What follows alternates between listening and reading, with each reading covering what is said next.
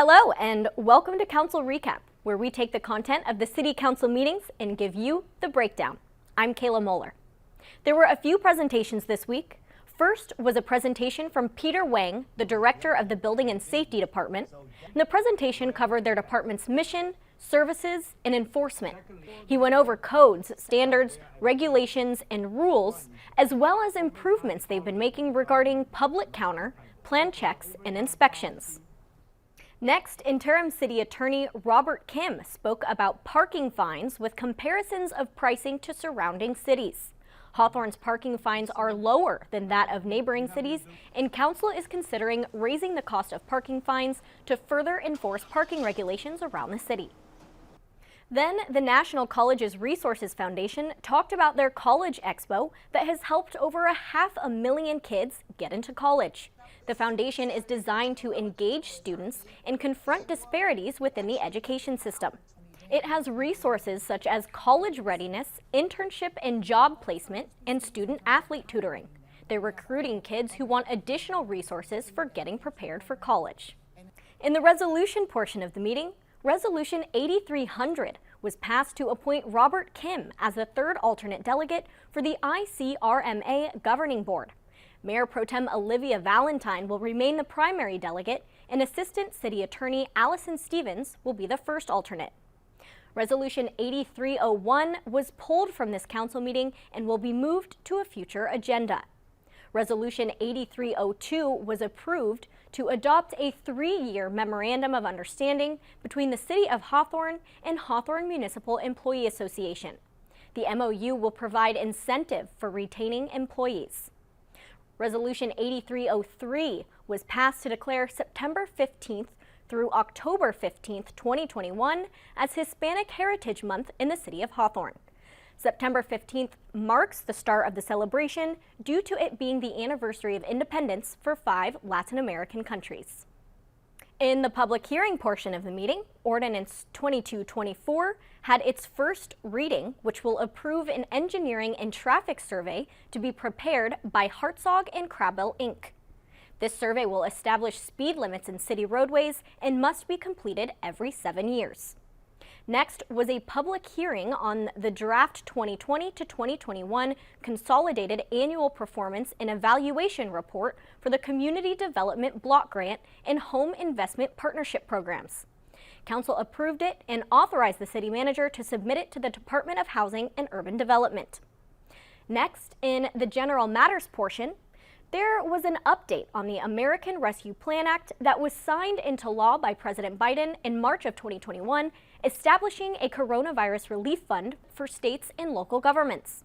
The City of Hawthorne received $30.5 million total through ARPA that will be distributed in 2 separate payments. Council discussed the next steps and the proposed timeline for fiscal recovery funds implementation and provided direction to the city manager. The city manager's consent calendar had a few items this week. First, Council approved a purchase order to South Bay Ford and South Bay Regional Authority for the purchase of 4 vehicle replacements. These vehicles are currently used in the traffic division and are requiring a lot of maintenance due to the high mileage. 4 new 2022 Ford Interceptors will replace these vehicles. Council plans to issue blanket purchase orders to vendors who provide goods and services to the City of Hawthorne throughout the fiscal year on an as-needed basis. Council voted to approve these BPOs. Council received and filed the city's annual Housing Authority report for fiscal year 2021 to 2022. The California Health and Safety Code requires housing authorities to prepare an annual report that includes financial activity, development activity, and Section 8 voucher termination information. It's required to file it with the city clerk by October 1st of each year. Council approved progress payment number 2 to Martinez Landscape Company for the Holly and Ramona Park Improvement Project. This project will construct a community garden, replace play equipment, implement barbecue pits, and rehabilitate fences and railings at Holly Park. At Ramona Park, the project will also replace equipment as well as rehabilitate the bocce ball area, basketball courts, and benches. Council approved progress payment number 6 to Cialit Contractors Corporation for Phase 2 of the Prairie Avenue Improvement Project. This project includes creating a bike route, replacing deteriorated pavement sections, and overlaying the avenue with a new layer of asphalt. In the city attorney's consent calendar, the city approved the request to deny the claim from the Hawthorne Airport LLC. And the agreement between the city of Hawthorne and the telehealth van was amended to provide daily virtual telehealth for the diversion program. Telehealth has agreed to a $200 per day for one van dedicated to the diversion program. And next, a payment to the True Course Aviation Insurance Services was approved. True Course Aviation Insurance is the agency that procures liability insurance coverage for the Hawthorne Police helicopter and its storage facility.